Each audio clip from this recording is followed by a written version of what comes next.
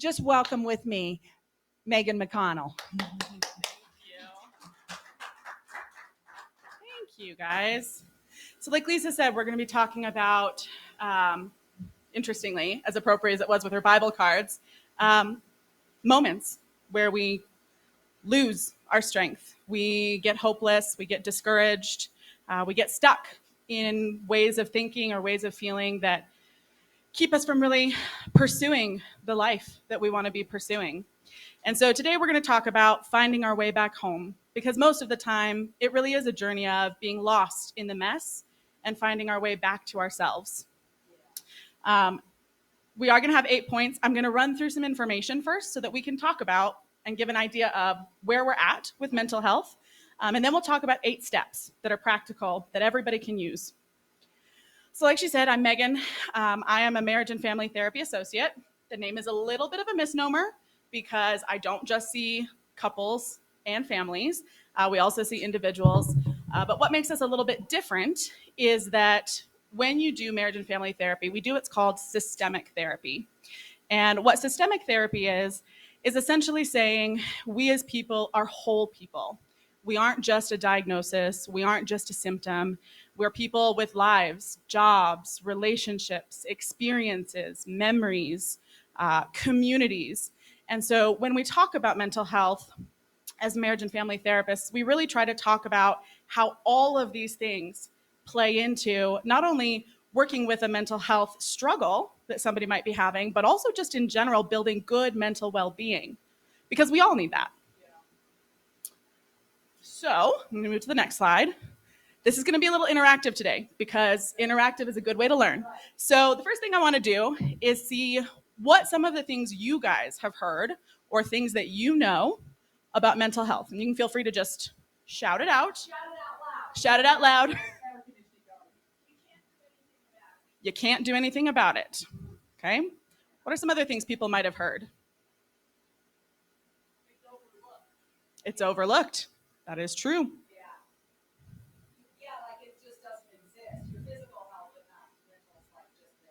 Right. Your physical health is an actual problem. Your mental health is kind of imagined. Right. Yep. I've heard that one a lot. Or inherited. Can't do anything about it. It's just a genetic thing that passes on. What was that, Jim? That's true as well. Say that again so people online. Can you repeat it one more time?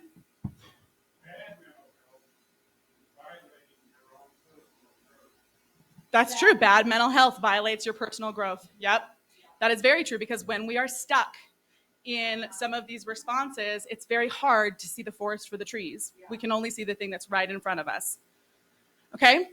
So let's go into a little bit about depression. And I focus on depression mainly in this talk, but I also bring in some of the other mental health disorders. The reason I picked depression as the main focus is because depression is kind of like the common cold of mental health. Right? It's one of our most common mental health struggles for people. And it's the one that most people are going to have an experience with, whether that's in their own life or in the life of somebody that they care about. So, what is depression? Depression is a condition characterized by low mood, loss of pleasure or interest in activities, sleep disturbances, weight and appetite changes, loss of concentration and or feelings of low self-worth, hopelessness, and in some cases, thoughts of self-harm or suicide. People ask the question, what is depression? Is it a brain dysfunction? Is something wrong with your biology? Is it a mental health disorder where you've just got your thoughts all messed up and jumbled? Is it a state of mind? And the answer to that would be it's a little bit of all three. For some people, it really is a state of mind. It's a moment. It's a short experience that is in response to something someone is going through. For some people, they do have biological factors, whether that's genetics or the chemicals in our brain that are not operating the way that they should and can often cause the experience of depression. And sometimes it really is our thoughts. And that's because words are incredibly powerful. The words that we speak, the meaning that we give, the stories that we tell ourselves, they really do determine a lot of how we experience life. And so wherever people fall on the spectrum, it might be one, it might be all three, it's something that is very normal and can be experienced by all ranges of people. And having depression does not necessarily make you ill or sick or broken. It's just a thing that happens. So let's go to the next slide. So who gets depression? We know that about 10% of the world's population reports experiencing some type of mental health condition. Of those, about 300 million people worldwide, regardless of culture, age, gender, religion, race, or economic status, will experience depression. And remember, these are only the people that are reporting. So we expect that this number could be as high as 10 to 20 times this statistic. So what about in the United States? 7.1% of adults in a given year will experience some form of depression. Just under 1% of children ages 3 to 17, and yes, all the way down to 3 years old, have experienced depression this year. Women are almost twice as likely than men to be affected by depression, but men are far less likely to get a diagnosis, support, or appropriate treatment compared to women. We don't totally understand why that is. We suspect that it has to do with the difference in hormone systems and biology between men and women.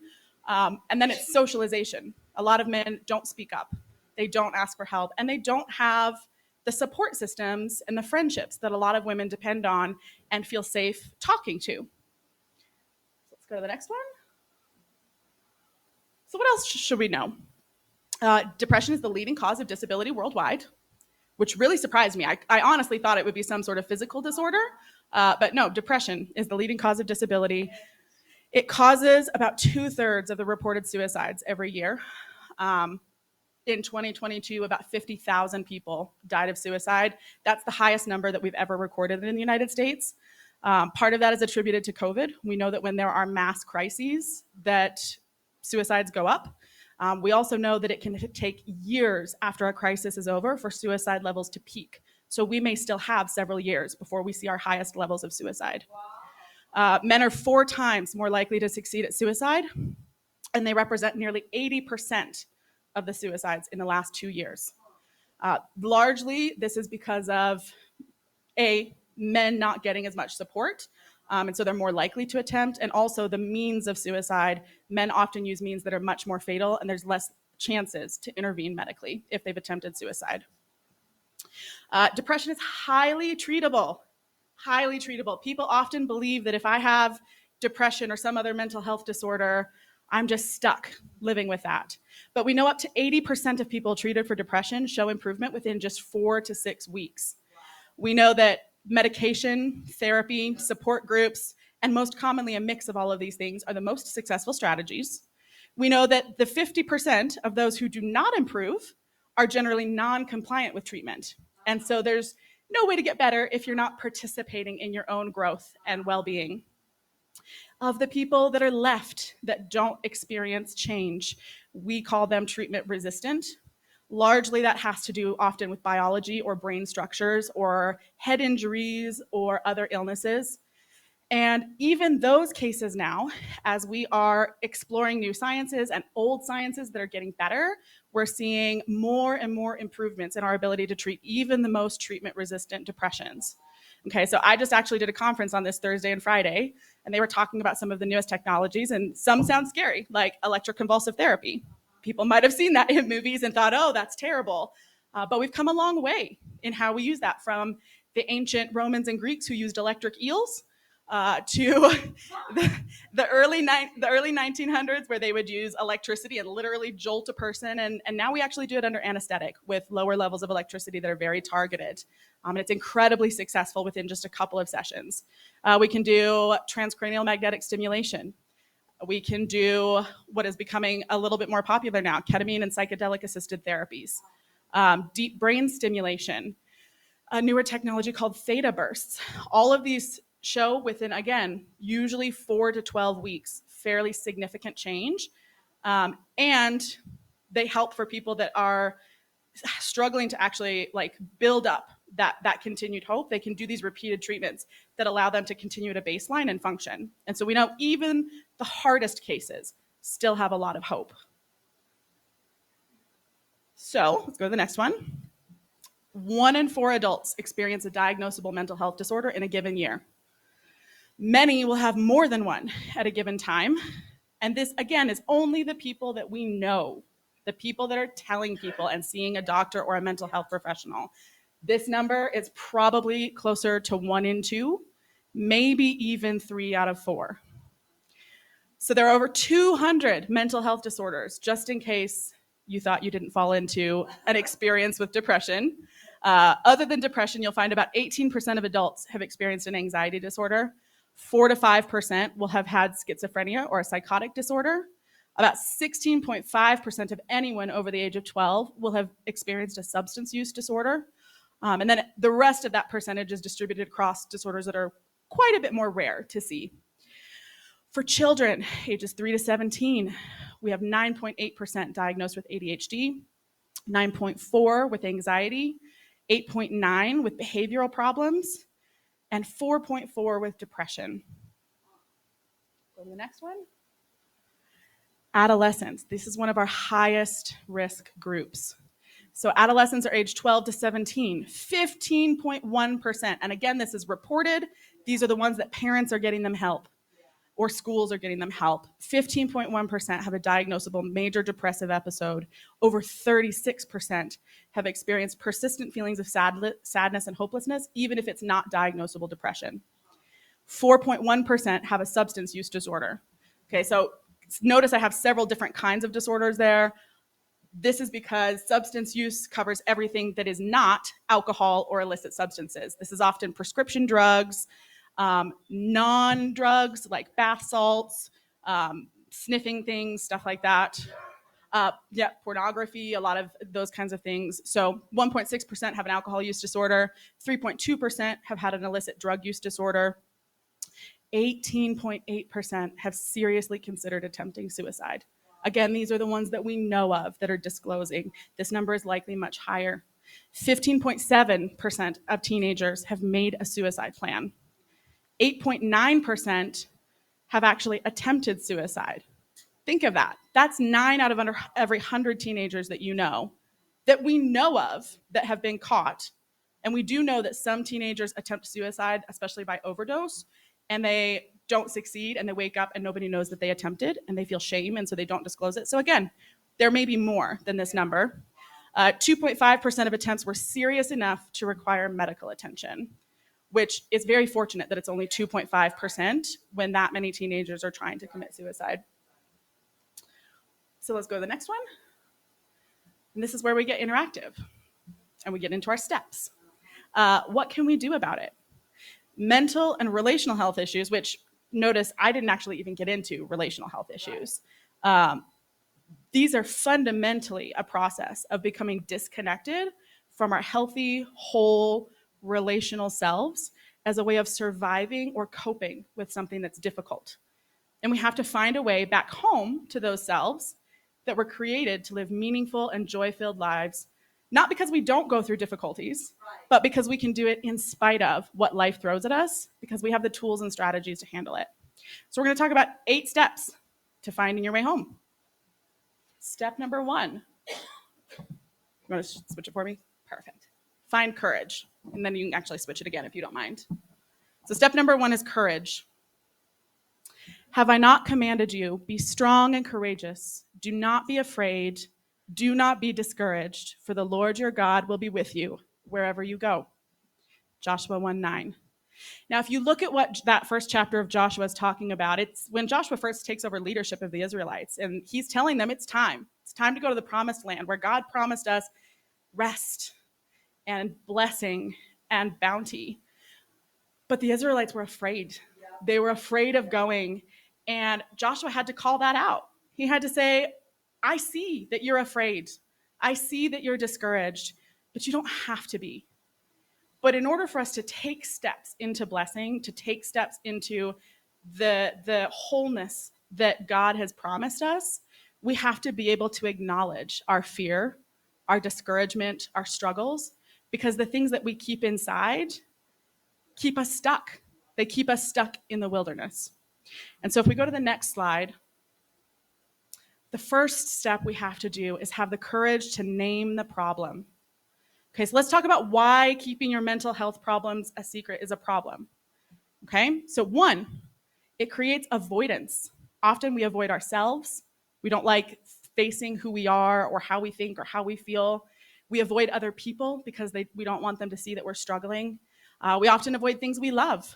Very common in depression for people to stop doing things that they enjoy. We sometimes avoid work. Keeping mental health struggles a secret increases rumination. Rumination is actually, they take it from cows and the idea that cows just chew and chew and chew and chew on their grass. Well, often our brains get stuck doing the same thing, where we just go and go and go and go in circles in these difficult thoughts and we get stuck. It is 10 times worse to get stuck because we're keeping secrets, because what's in our head has nowhere to go but to circle around inside. We know that mental health struggles, when we keep them a secret, actually make you physically sick. We know that it increases blood pressure. We know that it can increase pain levels. We know that it can make you feel fatigue. And anytime you're dealing with any sort of mental health problem, you already are probably dealing with some hard stuff. Feeling physically sick on top of that is going to make things a lot harder. Number 4, they prevent you from getting the help and support you need. When we can't speak what's happening in our lives, we are not giving anybody the opportunity to support us, be that medical doctors, therapists, family, friends, our church.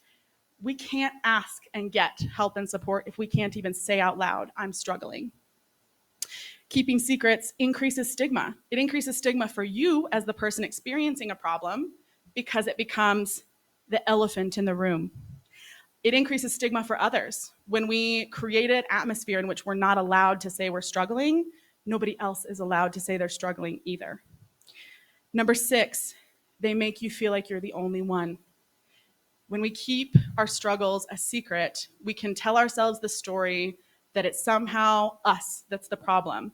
We're the ones that's broken. We're the ones that are wrong. We're the only ones that are having a problem. And the reality is, if you look at the statistics I just showed you, that is not the case at all.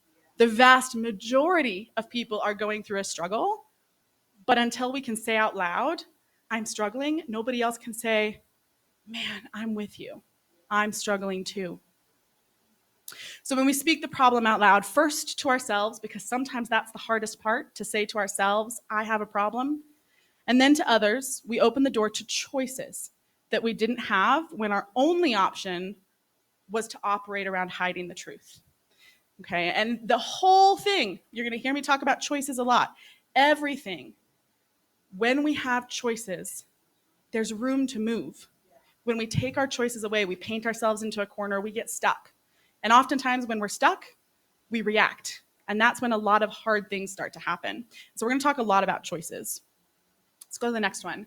Step number 2, find support. Okay, next slide. Those of us who are strong and able in the faith need to step in and lend a hand to those who falter, and not just do what is convenient for us. Strength is for service, not status. Each one of us needs to look after the good of the people around us, asking ourselves, how can I help?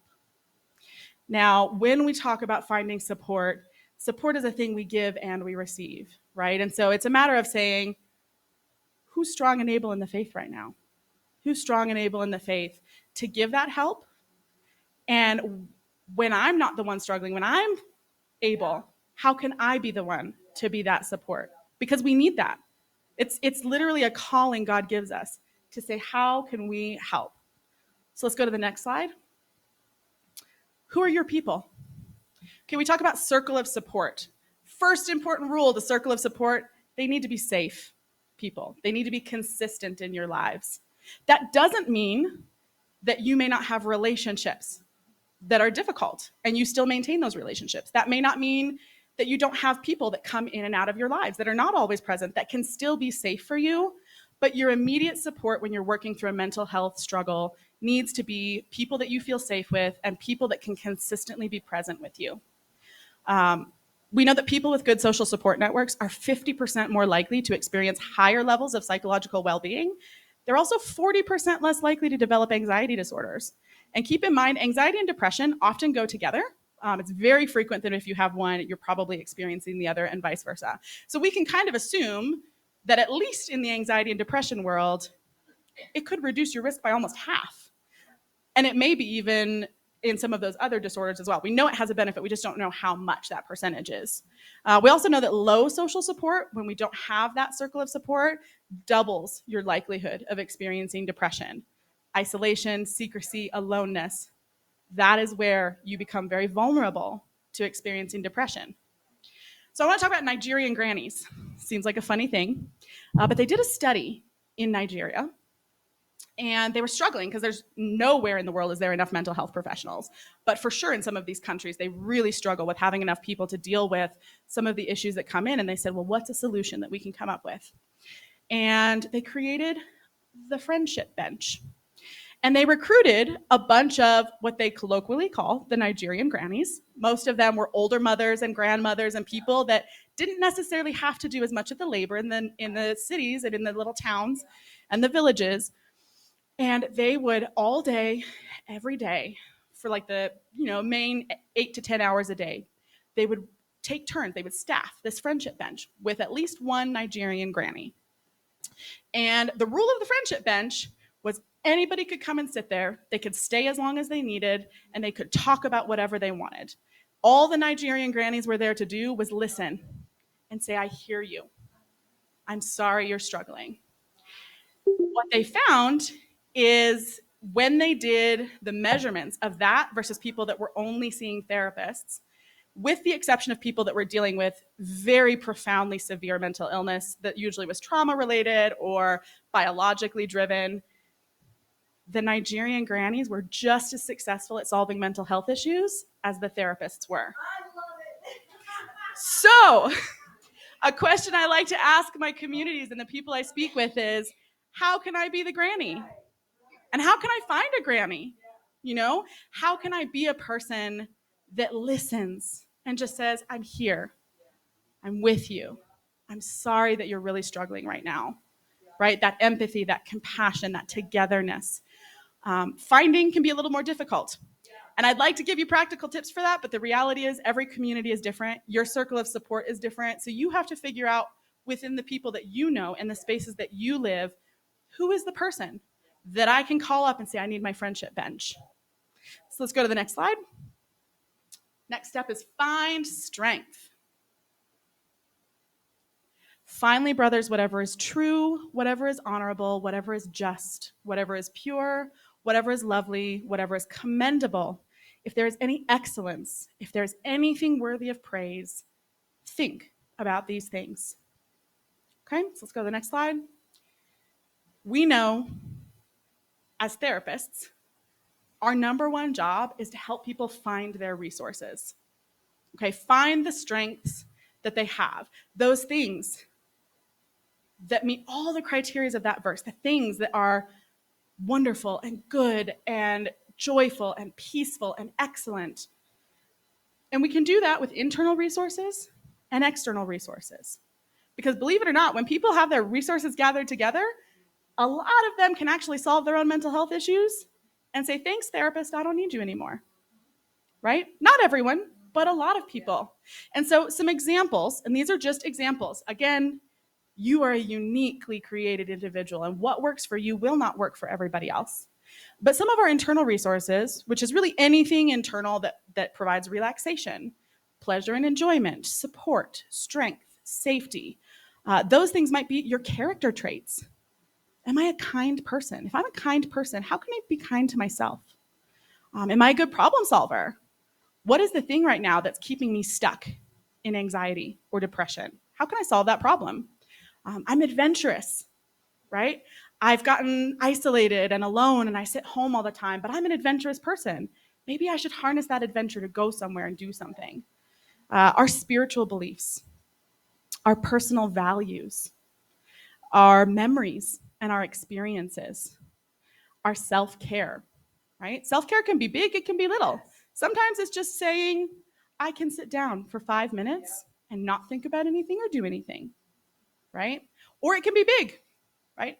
I have an hour-long routine every day that's just my decompression time because I need an hour to decompress without anything else going on. It looks different for everyone. Mindfulness, relaxation, and breathing. We know from brain studies that mindfulness, relaxation, and breathing exercises are almost, if not as effective as any medication when it is practiced consistently. And it's a much more sustainable practice, much less side effects. We also know from brain studies that, believe it or not, a consistent mindfulness practice or relaxation practice can actually make your brain light up in the positivity centers the same way somebody taking cocaine lights up, which is a weird thing to think about, but very helpful for people who struggle with substances to know the substance is not the only way that I can feel good, or any of these other mental health struggles. I can feel so good and positive and happy without depending on a lot of these other things. And depending on how you grew up and what your beliefs and values are, some people are not comfortable taking medication. Some people need some of these other strategies to fit into their worldview. Some people have religious beliefs. And so that's a really cool thing that we've kind of discovered. And then we have our external resources, which are anything outside of yourself that provides a sense of calm, support, strength, capability, any of those things. And so that could be your friends and family. That could be communal rituals, gatherings, or spiritual practices. Again, notice it's together with other people. It is communal. Our lifestyle. How are we exercising? How are we sleeping? How are we hydrating? How are we eating? Hobbies and activities, right? Anything that we really enjoy and that gives us a thing to focus on or distract us. Healthcare professionals, doctors, therapists, psychiatrists, really anybody that's there to say, I'm here to help. Because sometimes we do need them. Sometimes what we're dealing with goes beyond our capability to deal with on our own. Support groups, little different than group therapy or some of those other things, but support groups are places where people have gone through some of the same things as you, and there is safety and confidentiality and permission to speak out loud. I'm struggling and here's my story. And other people share their stories so that you realize you are not alone. And it's a good place for people to talk through, here's some things that I tried. What have you tried? What would you like to work on? Books, apps. There's a lot of mental health apps that are coming out, some really, really great ones, whether that's guided meditation and mindfulness, a lot of which actually will have scriptural themes. There's a lot of great like guided reflections through the Psalms. There are actually AI apps now that are becoming very successful that allow you to kind of like learn skills and tools that are coping skills or kind of thought skills to work with what you're dealing with. YouTube and social media, I don't suggest online, let me find a therapist that's not my therapist, right? I'm not your therapist. I'm here to give you general strategies. I can't tell you your specific space. Same thing with people that have, I'm a therapist online on an Instagram. They're not your therapist. But what a lot of things can do is you might be able to look up, what are coping strategies? What are some journal prompts? What are some resources that are out there for me that I can kind of use in my day-to-day life? And so online, that YouTube and social media, that's where it can become very, very helpful in sourcing resources and things for you to use. Let's go to the next one. Our next step is find grace. The steadfast love of the Lord never ceases. His mercies never come to an end. They are new every morning. Great is your faithfulness. We are human beings. Our journey, our mental well-being, our mental health, it's not a straight line up, right? It's up and down. It changes. We have moments that are good and moments that are not good. We have some really big falls, the moments that we're like, I don't know if I can get up from this one. Like, I think I've really messed up this time. When I talk with clients that have attempted suicide and then come back in to see me, that's a feeling that's hard to say, wow, look at that thing that I did. Can I come back from this? Can I come back from this? Or I felt so great yesterday. I did so well getting all the things I needed to do done. And today I can barely function because I'm so anxious about even like leaving the house, right? And then we think, man, what was all that work for? Are we really ever going to get better? So if we go to the next slide, it says, oh, you're good. It's failing forward, right? We do fail, but our goal is not to never fail. Our goal is to fail one step further than we are right now, right? Working through mental health problems, no matter the severity, is a long-term journey, not a short-term destination. Our goal is to build up resources, tools, address roadblocks and barriers to good mental health, process traumas and relationship issues and injuries, become equipped to ride the ups and downs of life without becoming stuck in unhelpful or extreme psychological responses. The reality is 50% of people who have experienced depression are going to experience it again, especially when they're at the beginning of their journey with depression. If you've had multiple episodes, the likelihood that you're going to experience it again goes up. Most people go through 2 to 5 therapists before they find one that actually works for them. A lot of people are surprised at that. They're like, well, I didn't know that I could say I don't like you as a therapist and I want someone new. But I want you to say, we are not a good fit. You don't have the specialization. You don't have the approach. You don't have the personality. We want someone to feel safe, because a therapist is somebody that you're going to be some of the most vulnerable, intimate moments of your life with. And you want to know that that person is someone you feel good with and that they're safe. It often takes multiple tries to find the right modality of treatment, not just therapy, but also types or dosages of medications. Oftentimes people try a medication, it doesn't work for them, and they're like, all done. But we know that different medications affect people differently and dosages affect differently. And so sometimes it can take, because of how psychiatric medications work, months to years to go through different medications and find the right thing that works for you, because it's slow. We have to go on the medication slowly. We have to come off the medication slowly. Building up sustainable resources. I'd like to say that we can walk out the door tomorrow and have a list of all the things I talked about in here and all the resources we need. Sometimes those things are not present in our life, and we have to go out and find them and gather them, and that takes time. It's not fast. A bad moment is a bad moment, not a bad day.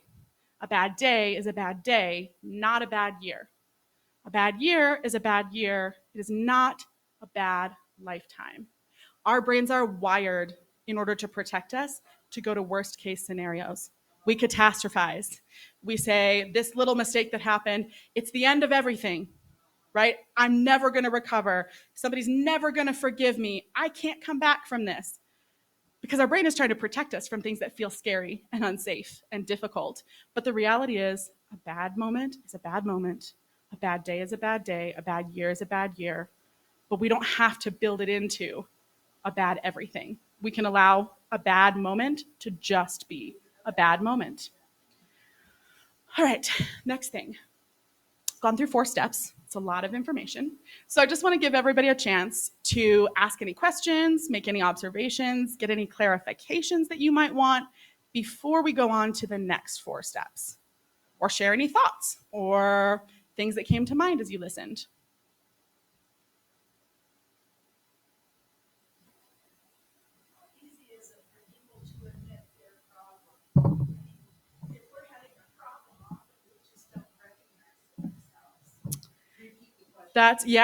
So how hard is it to admit that we have a problem? Because we don't always recognize it in ourselves. That is a good point. Sometimes we are so used to the way that we do things, and we've been doing that kind of unhealthy way of functioning so long that we start to lose perspective on the fact that it's unhealthy in the first place. Honestly, one of the most helpful things is close, trusting relationships, because often, and actually, ironically, this is the verse I got during prayer time, was talking about a good friend is someone who gives wise counsel. When we have friends that can check in with us and say, hey, I'm really concerned about you, and being open to hearing when somebody says, I'm concerned about you, or I noticed this thing, what's going on, being open to hearing them without immediately getting defensive. Also very hard, because when we're in negative spaces, we often feel very defensive. And so just remembering that if we have building these close, trusting relationships, that we know these people love us, so that way we have that in our mind. When they come and they say this thing and we get defensive and we get angry or frustrated, we can tell ourselves, wait a minute, this person always shows up for me. They love me. They have my back. They've never done anything that would make me question that they care and that they're looking out for my best interest. And that can be really powerful in kind of helping your brain talk itself down and say, okay, let me listen for a minute. Sometimes people don't admit they have a problem until they're in a hospital or somebody's, called mental health services. And unfortunately, there's not much that we can do to stop that. Also, if you're dealing with kids, parents, often kids will not say that they have a problem, or they don't know how to communicate they have a problem. So it's really important that parents learn how to notice those things so that they can speak up and advocate. people that are in public spaces, teachers, healthcare professionals, any of the first responders. If we know what to look for and people are not able to say, I need help, we can say, I see you need help. Let me get you some help. And then once people have gotten that initial help, sometimes they're able to acknowledge and admit, man, my life has gone really sideways. Let me take some steps. Gathering the resources, that reminds me that my brother came back, he now moved away, came back with mental illness. Mm-hmm. And that coming back to him suddenly like that, we didn't know what to do. Yep. We struggled with mental illness, trying to figure out his mental illness. Right. Yeah, that is such a good point. So he was saying, when we talk about gathering our resources and being communities of support, sometimes when someone we love is going through mental illness, like we struggle. We don't know what to do. We don't know how to resource ourselves and have our own mental health struggles, trying to figure out somebody else that we love's mental health struggles. And that's really, really critical, because sometimes we ask for help for ourselves so that we can equip ourselves to then help other people. Right? Sometimes we do need the therapy, or we do need the strategies to get ourselves in a good place before we can support someone else. And that's really important. We should never, never, never, never punish ourselves or cut ourselves down or compromise our own mental health journey to try to help another. That's where you need to reach out to a mental health professional and say, this is more than what I can handle right now. Or somebody else in your community that you know is in a good place or does have experience. Also, things like this. I'm really passionate about trying to get into communities and doing talks and having conversations so that when somebody encounters somebody, they say, oh, I know something that I can do with this, instead of feeling helpless, right? Because a lot of us do feel helpless when we encounter that.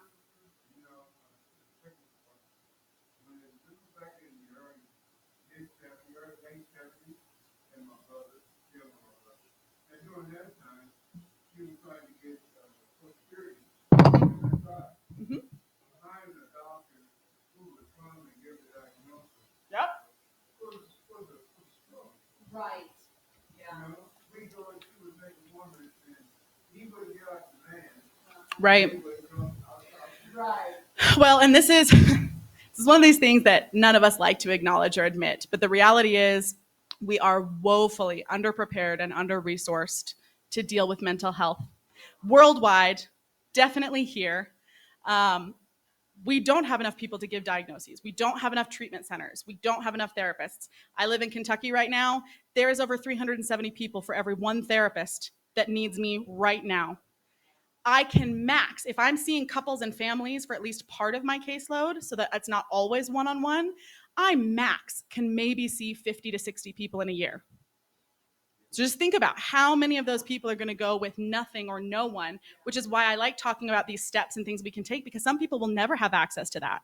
Some people will be stuck without a physician, or there's a lot of prejudice and stigmas against certain groups, certain racial groups, genders, religious groups, sexual orientations that are less likely to get appropriate treatment. And it is a problem. And it's unfortunately one of those problems we don't really know how to solve because our mental health problems are increasing faster than we will ever be able to produce mental health professionals. And the reality is it's a hard job and not a lot of people want to do it. And so we don't even have that many people that go into this career compared to like nursing or first response or medicine of some sort. And so it's one of those things that it's an unsolvable problem at this point. And the best solution we have is saying, how can we equip our communities? How can we give people strategies that if they can't have access to those things, they at least have something? Because when we have nothing, again, that's where a lot of people end up in really, really tough situations. Homelessness, substance use, families that are torn apart because they're trying to house a very mentally ill person because there's not a facility for that person to go to.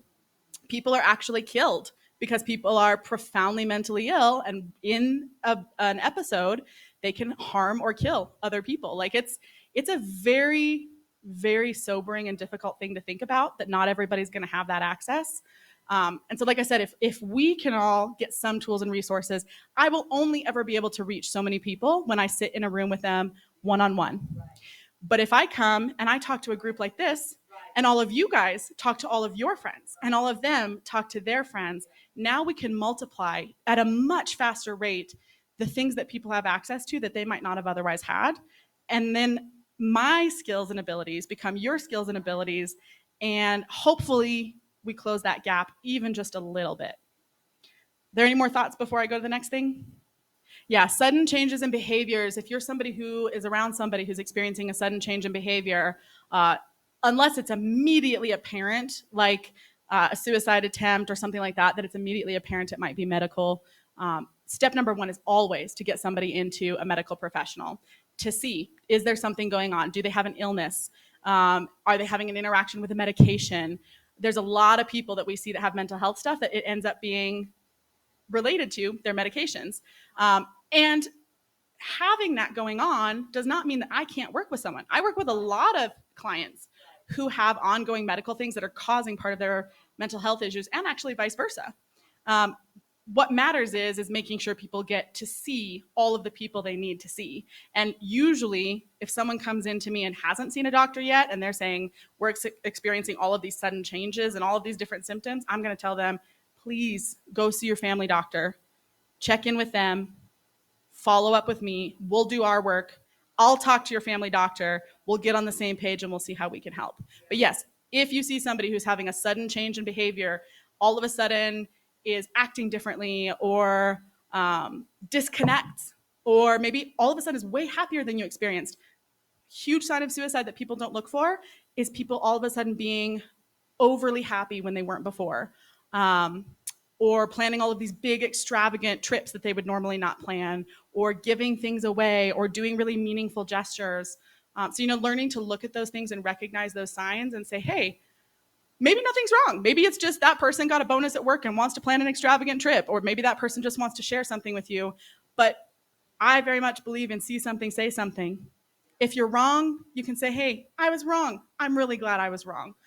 But if you don't say something, and you could have said something, it's really hard. It's really hard if somebody then goes through an issue or a problem and you can't backtrack, So let's go to the next one, because I know we're getting short on time. So I'm going to move through a lot of this pretty quickly. And again, I can give people the slides if they want them. So find resilience. This is step number 5. Blessed is the man who remains steadfast under trial. For when he has stood the test, he will receive the crown of life, which God has promised to those who love him. James 1:12. If we go to the next slide. Plato called man a being in search of meaning. As human beings, everything about what we do is meaning making. Everything. So there are ways that we make meaning. Literally, how do we define a word, a phrase, a concept? Because we all define things differently, right? Especially if you're from different places or different backgrounds. When I might say something, you might think I'm meaning something very different because you have ascribed a different meaning to it. We have stories. How are we telling the stories of our lives and the meaning that our lives hold for us? Right? How do we make meaning out of the stories of our lives? We have existential meaning making, and that's what do we find meaning in terms of purpose, values, our connections to things like life, death, time, God, because that all means something different to us. Our relationship to that is different. And it can be something that can be helpful, and it can be something that is harmful. And so exploring what meaning am I giving to these things is a big part of building that resilience. We talked about finding grace for when we fall down.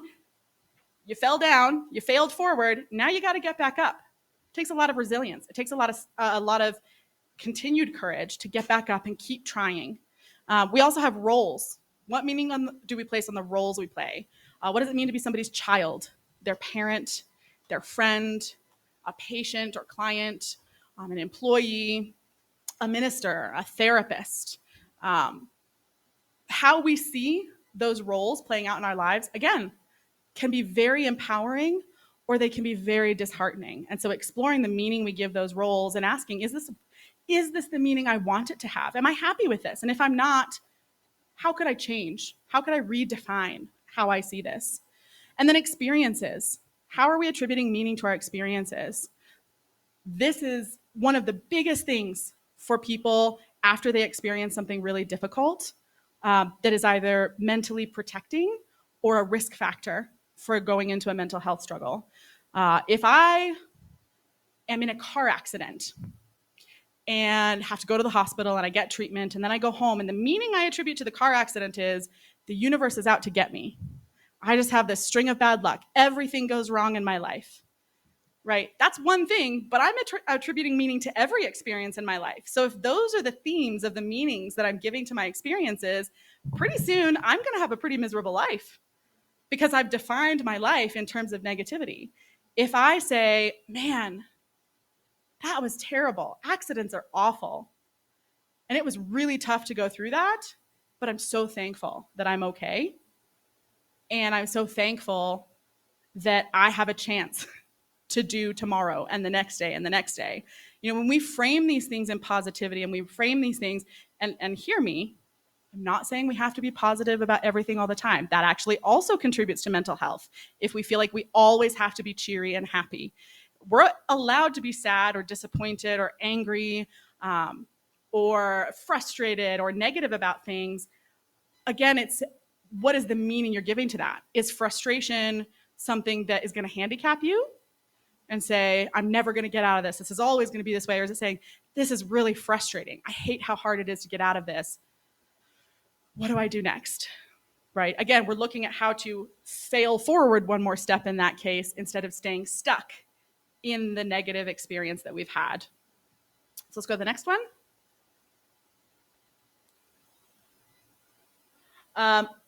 Real quick, we have this thing in our brain called the reticulating activating system, okay, the RAS. This is the part of our brain that tells us what we should be thinking of and what we should be doing, okay? So for example, raise your hand if you have a watch or a bracelet or glasses on your body right now. Okay, pretty much everybody in the room. Raise your hand if you noticed the feeling of that thing on your body until I said it. Do you realize that you were wearing glasses? Sometimes we do, but a lot of times we are getting so much input from the world around us, all of our senses, that our brain has to kind of prioritize it and say, what do I pay attention to? What do I not? People will talk about it as the underwear experiment. They'll walk around asking people, did you know that you were wearing underwear? Can you feel your underwear right now? It's a funny thing to say, but most people don't realize they're wearing underwear. You put them on in the morning, you don't think about them again until the end of the day, you know? Because our body tells us we can either prioritize this and feel the feeling of fabric on our skin all day long, and then those resources are tied up in that, or we can say, that's not an important sensation right now, so we're gonna turn the dial down on that so that our brain has space to process other things that are happening. The cool thing about this part of the brain is we can actually control it to an extent, okay? And the way we do that is what we call priming, or essentially giving it a task. So the friendly photo competition, it's a story between a couple who were fighting. And they were fighting and they were fighting, and they were just, every time they'd come home, they'd go out, they'd work, they'd come home, immediately, first thing in the door, they start bickering, and then pretty soon it's a fight, and then pretty soon they're screaming and yelling, and next thing you know, they're slamming doors and going to bed, not talking to each other. And finally, they sit down together and they say, we don't like that this is happening. We need to find a better way to come in and be positive and connect with each other, because we're wanting to connect, but we're bringing all the frustrations in and all the things that are problems, and we bicker over things that don't really matter, and then pretty soon we're bickering over things that do matter, and next thing you know, we're not speaking. And so they said, let's have a competition. Our competition is at the end of the day, when we get home, we'll take 5 minutes, put our stuff away, decompress a little bit, and then we're gonna come together and we're gonna show each other the photo of the best moment of our day today. We're gonna do that, okay? And so they said, they went out, they started like trying to figure out, what is my best moment? All day long, they're figuring out, what am I gonna take a photo of? What am I gonna go home with? And what that did is that told that part of your brain that says, what do we focus on? What do we pay attention to? It told the brain, I'm looking for the best moment of my day from the minute I get out of bed. And does that mean that the other experiences don't filter in? No, but it does mean you've essentially allocated your brain's resources, saying no matter what else is happening, this has to be a priority. I'm still looking for the best moment of my day because my husband's going to ask me, my wife is going to ask me when I go home, where's your photo? Tell me the story of the best moment of your day. Also, then they're telling each other the story of the best moment of their day, and they're reinforcing these positive experiences that they had. Now, we can do that with all kinds of things. We can set ourselves a positive intention for the day. And we can say, and it's the little things. Maybe it's what is the greenest thing that I can find today that looks beautiful? What is something really funny that's going to happen today? What is something that was overwhelmingly difficult that I knew that I pushed through and I made it? I achieved, I accomplished. And if we say that before we ever go out, then our brains start to prioritize finding the positive, and that starts to build that resilience so that when we have a hard thing, our brain is immediately able to kick back in for us and say, yeah, but wait, there was hard and there was this other thing that happened. And so we start to balance out our experiences because, again, we're allowed to be positive, we're allowed to be negative. What we want is a balance of the two and a movement forward instead of getting stuck or one and the other. So next slide. Okay, so practical steps. This is like the nitty gritty of what can I walk out today and do. Coping skills. Keep in mind, coping skills are not solving skills. They are a bridge to get you through something. They are not going to fix something, but they are a very important part of resilience. They're an important part of getting through the hard moment so that then I can do something about it later, because we often have a hard time doing something in the moment because we're overwhelmed or we're experiencing a negative emotion. So if we can get through that moment, then we can do something with it when we're back to focused and calm. And so we use coping skills. Not all skills work for all people. I have clients that come in that if I was to tell them to do a breathing exercise with me, I'm fairly certain that they would want to hit me in the face because they have experiences that make breathing actually very stressful for them. So there are different things that work for different people, and they might be things you have to experiment with, practice, customize. The one rule is don't throw something out the first time you try it, because a lot of times new skills feel awkward and cumbersome to us. Try it a few times. If after 2 or 3 times it doesn't start to feel at least a little bit helpful, get rid of it. Move on to something else. That might be mindfulness and meditation. Again, depending on where you are and what religious system you grew up in, that looks very different. Physical activities. We know that physical activities get our bodies moving. And when we get our bodies moving, the chemicals in our body get going. They help stimulate endorphins. They help stimulate all the happy chemicals in our brain, can seriously help. Also, interesting study they just came out with, dancing. Dancing outperformed every mental health treatment for depression. People who consistently dance experience significant improvements in their depression. There's a couple of reasons for that. There's things that are happening in the brain. Also, it's just movement in your body and things like that. But dancing. So if you feel like having a dance party in your car when you're driving to work or in your kitchen while you're cooking, you are actively either helping or protecting against things like depression and anxiety. Music is another one. Music can be very cathartic for people, and you can use different kinds of music for different kinds of experiences as a way to get emotions out or as a way to change emotions. So if you're sad, you might want to listen to a sad song so you can really feel you're sad. Or you might say, I've been stuck in sad long enough. I need to put on an upbeat song and I need to hype myself up because I can't stay in sad. So using music effectively, journaling, breathing exercises, art. We know that any of the arts are incredibly powerful. Even if all you're doing is scribbling with crayons. Like, it doesn't have to be fancy. You don't have to be an artist. It is just the process of expressing yourself on paper. Get outside. We also know that outside can immediately, within 5 to 10 minutes of getting outside and in nature, we can experience significant raising of our depression or reduction of our anxiety. And the more consistently we get outside and we get connected with nature, the less likely we are to experience anxiety and depression. Some of that is just fresh air, sunshine, movement. Some of that is actually how the earth interacts with our electromagnetic fields, with our electrochemical bodies.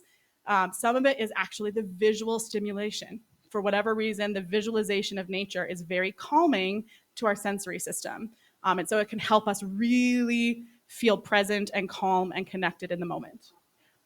We have something called polyvagal theory. This is really what your body does. And this is important. It's a little sciencey, so stick with me. But it's what your body does when you're experiencing depression, anxiety, or some sort of difficult situation. And we have ventral vagal. This is just a fancy word that says, I'm calm, I'm socially connected, I'm curious about life, I feel very present, right? I'm here where I am. I'm not thinking about the past. I'm not worrying about the future. I'm just here and enjoying life. That's where we want to be. It's not where any of us stay. The idea is to have gentle waves, not big, huge ones, but we are going to have gentle waves that go up and down. And then we have our sympathetic system and our dorsal vagal system. And essentially, that's levels of down. So initially, when we feel some sort of difficult experience that sets off our body's warning system, we may stay in kind of a mid-level where our body is saying, do something now, we have a problem. And if we don't do something, then we progress all the way down to where our bodies can actually believe we're not going to survive this. So it starts to shut down. It can even cause people to faint and have moments of unconsciousness because their body essentially shuts down all non-essential functions to say, we might not survive this, so we are going to minimize everything. If people are getting to that point, you are dealing with some serious mental health issues and you really need to have some help. But when we have our sympathetic system, when we get into a tough situation, we might feel the need to fight, right? That's a lot of defensiveness, lashing out at people. We might flight, we might run away, avoid, ignore. We might freeze. Again, that's where we kind of just check out, or we panic, or we literally freeze. We might fawn, people pleasing, or trying to make a situation better, or trying to like figure out how to avoid or fix whatever is making us stressed out. And there's nothing wrong with addressing the problem that's in front of you, but when we get to where we're willing to do anything to make that thing go away, we get into really unhealthy spaces because we are no longer governing what's a reasonable response and what is just, I will do anything and everything without thinking about what I normally would or would not do to try to make this go away. Friend, these are some newer ones that we've started exploring in the psychology world. Friend is, I make a friend of the person that's unsafe to me.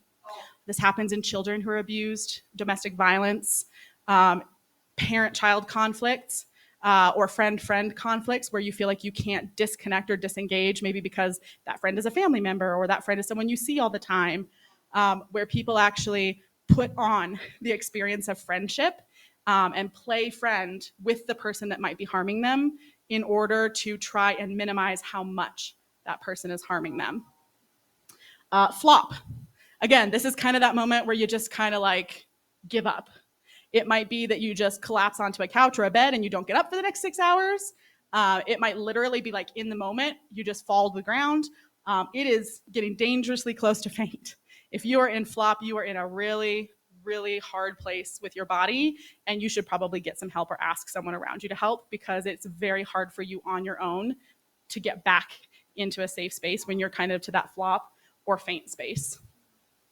You just need to check in, right? When you start to feel discomfort or you start to feel fear or you start to feel anxiety or depression, check in. You know, if you can do something in that moment before it ramps up so high, we can oftentimes bring ourselves back down. And then there's hypo and hyper arousal. Hyper arousal, anxiety, like I'm just like, I feel like frantic and I feel fidgety and I'm worried, and that's your body's energy. You're the physical energy in your body literally spinning its wheels.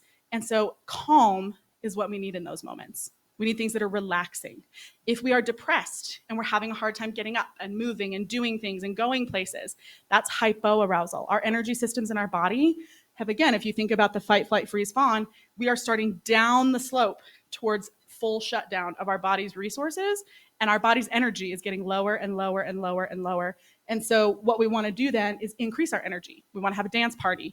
We want to go on a run. We want to do some jumping jacks. Like, it doesn't have to be big. It's getting up, marching in a circle around your kitchen. Anything that gets your physical energy, your blood flow, your blood pressure moving, because your body is actively dropping those things. Your heart rate's dropping, your breath rate's dropping, your blood pressure's dropping. And so you want to get your body moving and saying, no, no, no, we don't want to do this. You need to like pick it up.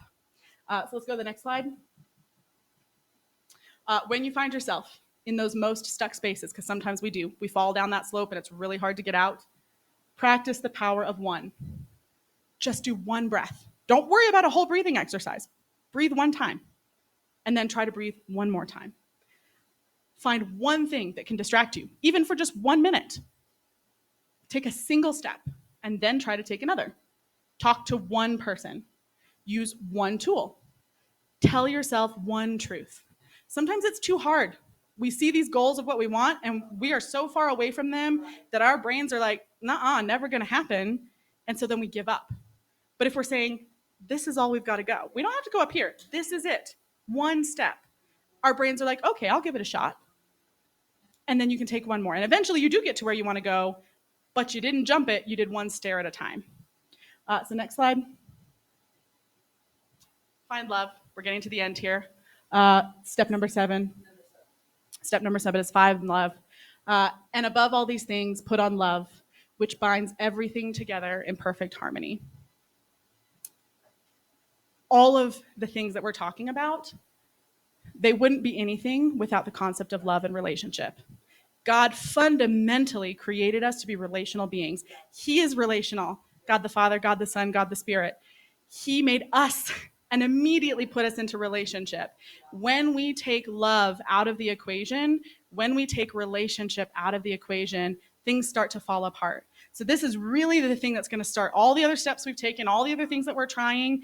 This is the thing that's going to start connecting all of those things and creating that container, that space that holds it all together and helps us move forward.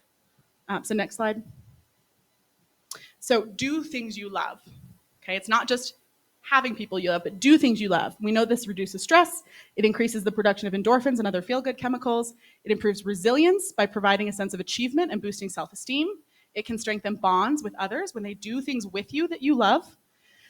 It can redirect our focus to positive thoughts and the present moment, as well as distract from negative ones like ruminating or overthinking. It stimulates our brain, which can improve cognitive functioning. Sometimes we get kind of fuzzy when we're dealing with mental health stuff. We're having a hard time focusing or getting things done. We're stimulating our brain by doing things, and our brain says, oh, okay, we can do our job a little bit more. And then it provides an outlet for emotions and self-expression. So next slide. Practice loving yourself. I don't know how many people, especially Christians, come in and have a hard time with this concept, because most of us define this as selfishness. Most of us find this vanity or self-absorption or something that we just don't have time for. I hear a lot of moms, I could never have time. Never have time to do that. The reality is, if we don't do this, we can't do any of the other things. Because our ability to see our worth, Christ talks about our identity and who we are in him. If we can't see that for ourselves, it's very hard to accept and receive love from other people, and it's hard to give love to other people because we are so stuck in a negative view of ourselves. We can't love ourselves. It creates a barrier. And so we know that some things that help with loving ourselves include some self-care, setting healthy boundaries with people that might not be safe or healthy for you, or boundaries around your time and your energy, boundaries with your kids, positive affirmations and self-talk, finding truths that you need to speak to yourself, be that a Bible verse, be that a goal, but things that you can tell yourself in those moments. Celebrate your achievements, even the small ones. We are all very bad usually at celebrating our achievements, right? But sometimes it's an achievement to say, I got my laundry done today. Like, that might be an achievement. It might be an achievement to say, I fed myself 3 times. For people, especially with more severe depression, just getting out of bed, not even putting clothes on, but literally just getting out of bed or taking a shower might be an achievement. We can celebrate those moments because we often diminish them. We're like, well, everybody does that. Everybody should be able to clean their house and do this and do that. Everybody should be able to go to work and get through their day. Sometimes none of us feel like we can do that. And so to celebrate the moments, even the little ones, to give ourselves a good job. You did awesome. You made it. You didn't fall apart.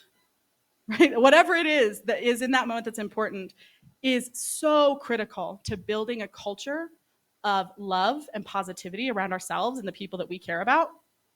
Practice gratitude and or self-forgiveness, because gratitude, I find, is often hard when we are stuck in cycles of shame and guilt and wounds that we are holding on to.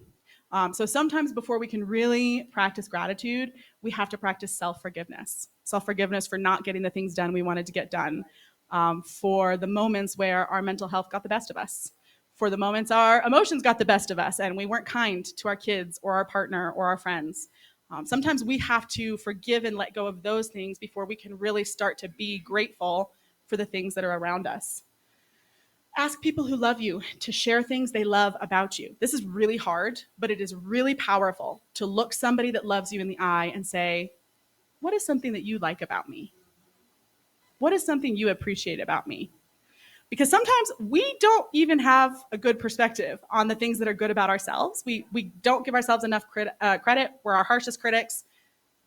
We get stuck, right? And so for somebody else to say, hey, actually, I noticed this really beautiful gift that you have. Or I notice this quality that every time I see it just brings so much joy to my heart. It can be a really powerful way of seeing ourselves in a different light and being able to extend a sense of love and compassion towards ourselves. Ask for support and help when you need it. Sometimes loving ourselves is knowing when we can't love ourselves by ourselves. Sometimes we need someone else to hold our hand as we learn to love. We know it improves self-esteem. It reduces anxiety and depression. It improves stress management and resilience. It empowers us to have healthier relationships. It increases our motivation and personal growth, reduces self-criticism and negative self-talk, and it really allows us to re-author our story. We can start to tell our story, the story of our lives, in a positive light instead of a negative light. We'll go to the next one. Invite others to love you. Also something really hard to do. Hard. Because sometimes when we're struggling, we don't want anybody to see our struggle. And so even when they're trying to love us, we reject that. We push that away from us, or we isolate ourselves from that. So engaging in conversation when someone actively is listening to you without judging, interrupting, trying to fix the problem, give advice, unless you're inviting them to give advice, just somebody who listens and is with you. The Nigerian grannies, right? Give someone the opportunity to be your Nigerian granny. Ask for someone to do something meaningful for you. Express your need. Hey, I'm having a really hard day today. It would really mean a lot if you could take the trash out. I really need a hug right now. Can you just give me a hug? Express your needs. Ask someone to love you. Welcome acts of kindness, affection, and encouragement. Again, sometimes people are offering those things and we can't accept them. So if we can accept them, if something is in the way of that, right? Maybe sometimes it is because what they're doing doesn't feel good to us and isn't safe for us. What we can do is we can say, hey, I really appreciate that you're trying to love me right now. Here's a way that would feel really good. This doesn't feel great for me, but could you do it this way? Because then it's not fracturing the relationship. It's not pushing people away from loving us. It's saying, here's a better way to love me. Find ways to spend quality time with people you care about. Invite them to celebrate your wins and losses with an equal sense of support. We shouldn't be going through any of these things alone. And if we're celebrating our wins, we should also acknowledge our losses and invite people into that process with us. And then show up and participate in activities and events within your community and support system. Sometimes we don't go. We start saying, oh, I'm too busy. Oh, the kids this. Oh, the kids that. Oh, I'm tired. Oh. And sometimes those are legitimate reasons. And sometimes those are excuses because we don't know how to feel comfortable in our community anymore. Just show up. Even if all you do is sit in the corner the whole time. We know that sitting in a coffee shop working alone is actually, it shows lower levels of loneliness in people than sitting at home and working alone. Even if you don't speak to anybody, you don't look at anybody, sitting in a coffee shop when people are around you decreases loneliness, depression, and anxiety. So don't be alone. Go places, get involved in things. Even if you don't participate, be around people. And again, we're reducing loneliness, isolation. We're increasing our sense of belonging. We're increasing a sense of security. We are lowering stress and increasing happiness hormones. We're building trust. Remember, we talked about having those trusting relationships. This is what builds trust with people when we need them in those hard moments. This is what builds trust because we see them loving us well. It increases your resources and your choices. And when you're experiencing good times, that's great. But when you're experiencing bad and maybe you can't handle that alone, sometimes it's literal help. I'm struggling financially and my church has helped me. Or I just had a baby and I need somebody to make me some meals. Especially because a lot of women, go through things like postpartum depression, postpartum anxiety. and they have a hard time even caring for the baby, let alone doing any of the other things. Somebody to come clean your house, when you're having a struggle. So if we can go to the next slide. This is the last one, close to the last one, find purpose. You can go to the next slide. For we are his workmanship, created in Christ Jesus for good works, which God prepared beforehand that we should walk in them. So next slide. We were never meant to be without a purpose. When we're not doing things, mental health goes downhill, right? People who just sit around doing nothing, people who are unemployed, often elderly people who retire but don't replace work with some other meaningful pursuit. We know health goes down, mental health goes down, social well-being goes down. We were meant to have a purpose, whether that's our careers or something else, a purpose. And so we know it provides motivation to pursue our goals and aspirations, which is often very helpful when we're stuck in lack of motivation, which is common for depression, fear, apprehension, and anxiety, or maybe reliving the past over and over in trauma, because we're now doing things outside of those things.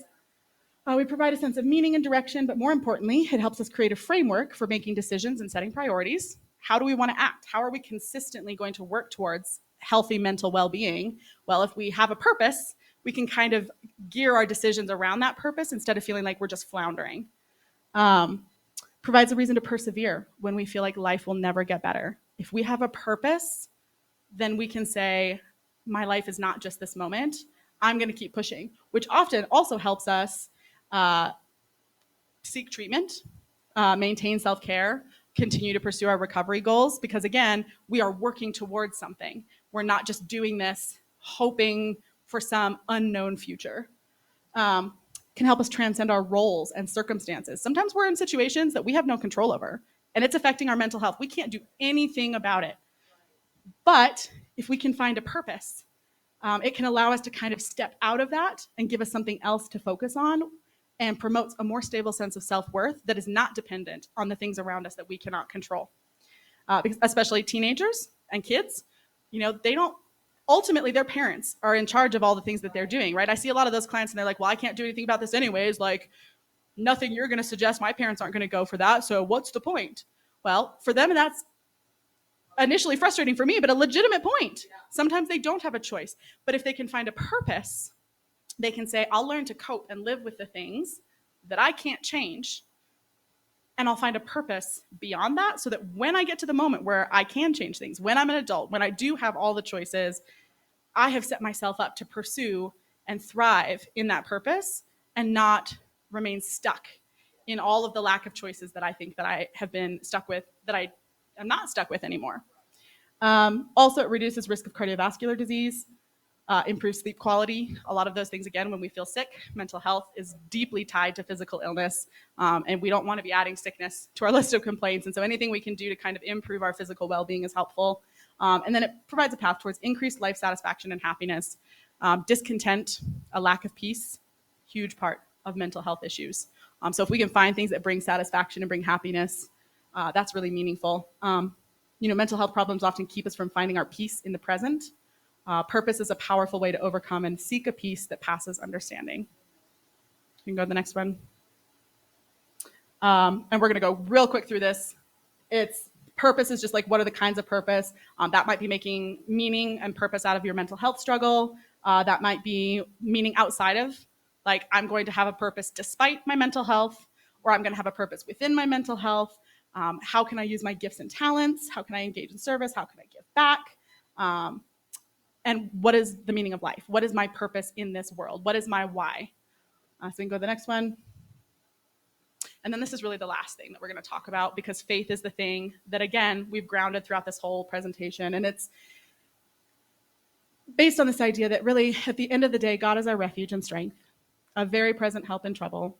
Therefore, we will not fear, though the earth gives way and the mountains be moved into the heart of the sea, though the waters roar and foam and the mountains tremble at its swelling. Right? There's going to be days that none of these things work.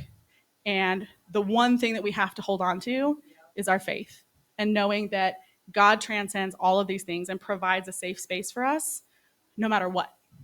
No matter what. So if we can go to the next one. I'm going to skip through this, and then we can talk about this more after if we want to. So go to the next one. Faith is hard with psychology. There's a lot of misconceptions. There's a lot of things that can go wrong. But what I will say is, we know that spirituality and mental health, when they were studying it, utilizing faith practices and religious beliefs ranks at the top of the most effective strategies to improve your mental health. Without using that, our efficacy goes way down. The other things still work, but essentially it acts as a booster. Anything that we do is significantly boosted when we incorporate our faith and our spiritual beliefs into the process. Spirituality and religion can harm. Okay, I want to acknowledge there is spiritual abuse, there is church hurt, there are deeply held stigmas, assumptions, and attitudes about mental health within the context of a believer that can all turn spirituality and faith into harmful things when we're utilizing it inappropriately. So it is really important that you acknowledge what your experience with faith is and what your spirituality and faith practices are, not what you were raised with or what you think you're supposed to be doing, because oftentimes then we're going to perpetuate some of these harms. We aren't looking at an either or, we're looking at a both and. A lot of times the church puts this voice out that it is either psychology or religion, either faith in God or faith in a therapist. We are not living in a world of either ors. These are not in competition with each other. These are things that God inherently designed to work together. We are working with a both and situation. We want every resource that you have with your faith and your beliefs to be fully utilized, and sometimes we can't pray away the pain. Sometimes we need some more help. So defining your own spiritual beliefs and practices is critical to spirituality being helpful. The spiritual or faith community that you choose can play a significant role in how easy it is or how safe it is to integrate your faith into working on your mental health, as well as how effectively you can use a faith community as part of your support network. If your faith community is not a space that's safe for mental health, it 100% is going to be a damaging factor to your process. Having people that feel like you can speak to them, that they'll listen, that they'll support, that they'll love you, that you can own your struggles, that you can speak your struggles, that people will pray with you and sit with you in those things is just unimaginably powerful. So this is a beautiful example of what that can be. But also I encourage people, don't be afraid of choosing a different community that is like this community. Find a place that is a safe and loving place. So next slide. Just really quick, these are some spiritual practices that some people find helpful. There are other practices depending on what you prefer. There's not a rule that says you have to do all of them, but you can kind of look at things, like I said, prayer, spiritual warfare, meditation, fasting, contemplation. I mean, there's all kinds of different things that people use, anointings. It really is figuring out what means something to me and how can I use it, scripture. And then again, we can get a copy of this. These are just, as I was doing my research, of all the verses I chose, this is just a handful of the ones I didn't choose, that is really about God being present in our troubles, in our pains, in our anxieties, in our depression, and us not being alone. And if we can grasp onto that, if we can feel the sense of togetherness with God and with our faith communities, there's not a lot that can stop us, because literally nothing stops God. So if you want to just push it to the next slide. I am going to say as we close, choose options always. Don't paint yourself into a corner. Don't give up and think that you don't have choices. People, when they're desperate, they do desperate things because they think that's their only option. Sometimes it's just giving yourself a little choice. We know that in people who are feeling suicidal, if they make a commitment to just wait a day, oftentimes they won't have suicidal thoughts. That's not always the case, and I want to be clear that that does not mean that you don't still need to get help for that.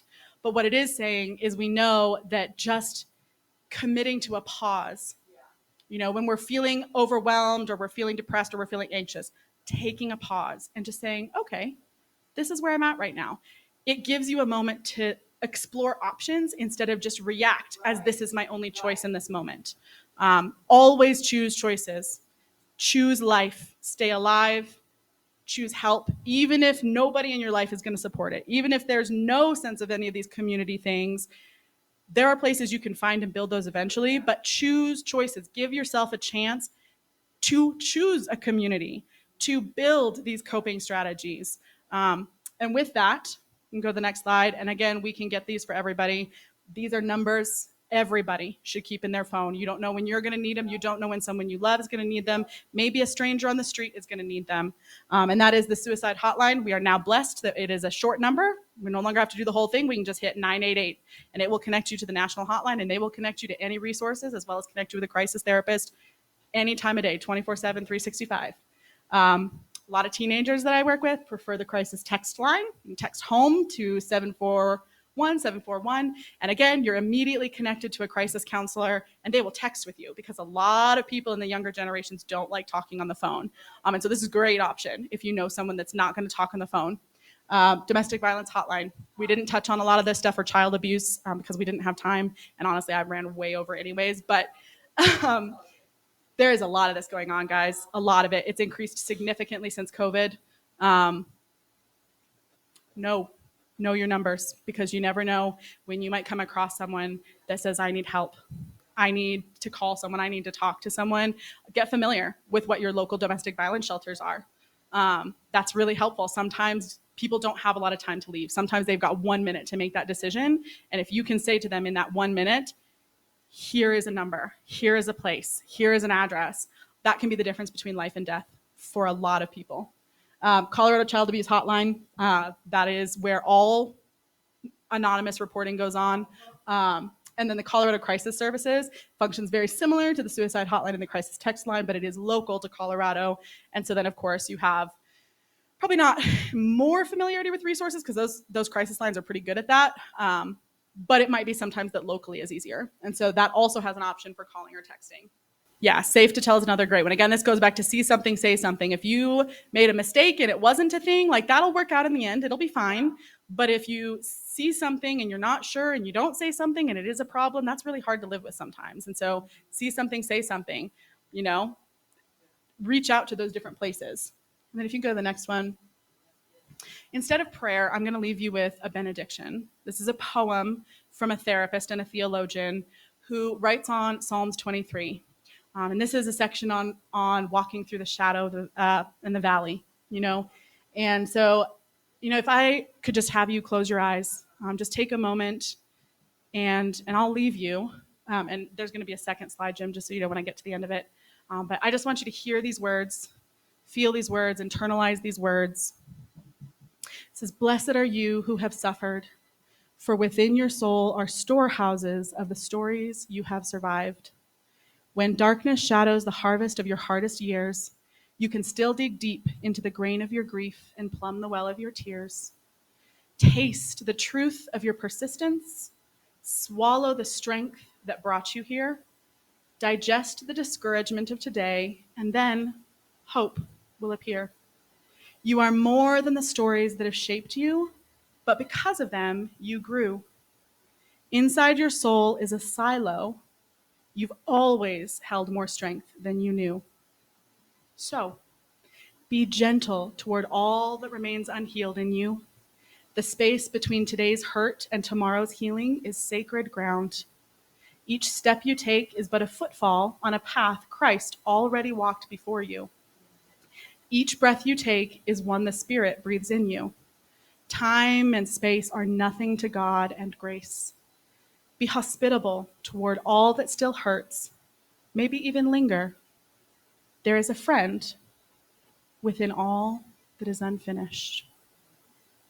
And with that, I hope that all of you enjoy your afternoon. Love people, love yourselves, choose choices. Thank you, Megan.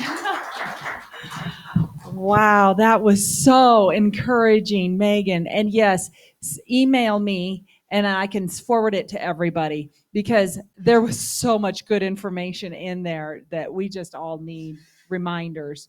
If you could also add to that last slide the safe to tell, then we have a slide. But that poem, I don't know about you, but I was in tears just listening to that poem. Beautiful, beautiful. Thank you, Megan. Abby, go ahead. Oh, she has the number for Safe to Tell, so she'll get it from you. Thank you. What? And we want a copy of the poem.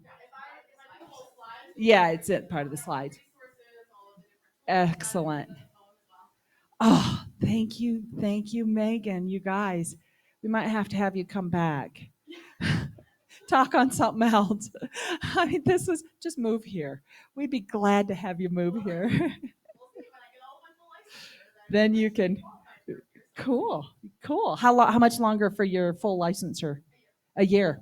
Okay, we know what to pray for. Any comments, suggestions? Oh. When my sister committed suicide, I took it personally because I'd been trying to help her come to terms with things. How do you get away from feeling guilty with all that? This is good. Well, first, I want to make a distinction between guilt and shame. It's really important to know the difference between those two things. Guilt is often something we experience as a result of something that's happened, but it's not necessarily something that is wrong with us. It might be driven by regret. It might be something we wish we had handled differently, but we don't associate it with us being bad or wrong. When we experience shame, we view ourselves as somehow broken or defective, and we criticize ourselves. We put it on ourselves. And so I think what we do with guilt and what we do with shame is different. What we do with guilt is often grieving. It's often a process of making space and room for the hard emotions, for acknowledging the regret we feel or when things feel personal. And it very often does. I don't know anybody who has come in with a family member that has committed suicide that does not feel like it was personal or like if they had just done something more. It is not helpful when you're in the grieving space, but I will tell you, we know that if people want to commit suicide, which is a very small fraction of people, if they truly want to die, they will do it no matter what any of us do. There's nothing that we can do. No, pretty much we know that therapies, all of those things, if people want to die, they will choose and they will make it happen no matter what we do. We know that a lot of suicides are cries for help, and sometimes, unfortunately, they do end up following all the way through because we don't get to them in time. But very rarely is it because people want to leave us or people blame us for things. They may have painful experiences and people that they're upset with. Very rarely, in the things that we do know from people that have left things behind, it's very rarely about their family members or any sort of hostility or disappointment that they hold. It's that they have exceeded their capability of handling pain. They are so in pain that no matter what anybody does and no matter what anybody says, they feel like there is no other choice. And this is why I said choices are so important, because when we feel like we don't have a choice, what options are left to us? And so I would say to you, if you're looking at guilt, it's a lot of grieving. It's a lot of giving permission to feel personal and to feel upset and to feel angry sometimes even that we did all of these things to try to help and it didn't fix the problem. If we're dealing with shame, that goes into a lot of work around self-forgiveness, self-compassion, and for Christians, our identity in Christ, right? Because we were never meant to be defined as broken.